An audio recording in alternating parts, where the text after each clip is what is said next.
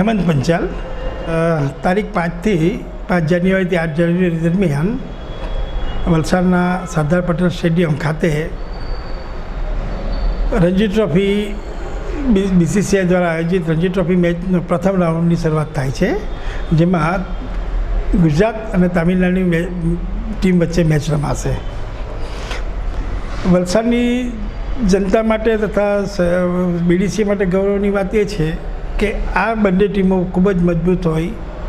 બંને ટીમમાં નેશનલ ખેલાડીઓ તથા IPLના મહત્ત્વના ખેલાડીઓ ભાગ લેનાર છે અને બંને ટીમ માટે આ મેચની જીત એ આગળની એ લોકોની મેચો માટે બહુ જ મહત્ત્વની રહેશે, કારણ કે આ પોઈન્ટ સિસ્ટમમાં જે ઉપર રહેશે એ ક્વોલિફાય થઈને નોકઆઉટમાં જશે.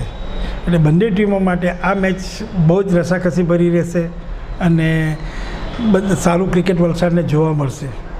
જેમ કે ગુજરાતની ટીમમાંથી પ્રિયાંક પંચાલ, રવિ બિશ્નોઈ કે જે ઇન્ડિયા રમે છે અત્યારે,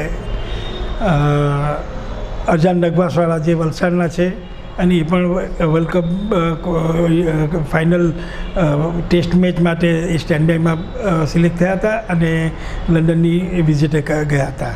એ આપણા વલસાડના ગૌરવની વાત છે. એટલે આ બહુ જ મહત્ત્વના ખેલાડીઓ છે.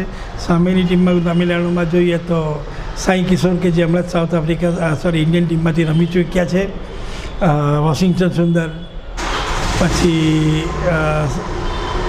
વિજય શંકર, સંદીપ વોરિયર,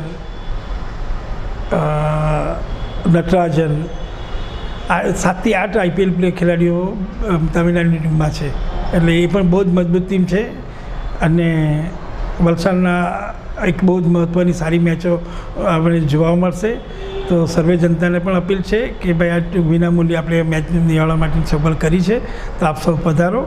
અને એક વલસાડના નજરાણું છે જે BDCA કે જે આંતરરાષ્ટ્રીય કક્ષાના ક્રિકેટરો બી આપણને જોવા મળે છે અને બહુ સારી મેચો વલસાડ ખાતે મળે છે. વલસાડનું એક ગૌરવ કહેવાશે કે ભાઈ BCCI આજે રાષ્ટ્રીય કક્ષાએ વલસાડને મહત્ત્વ આપે છે, એ જે ડોમેસ્ટિક શહેર માટે બહુ જ મોટા ગૌરવની વાત છે.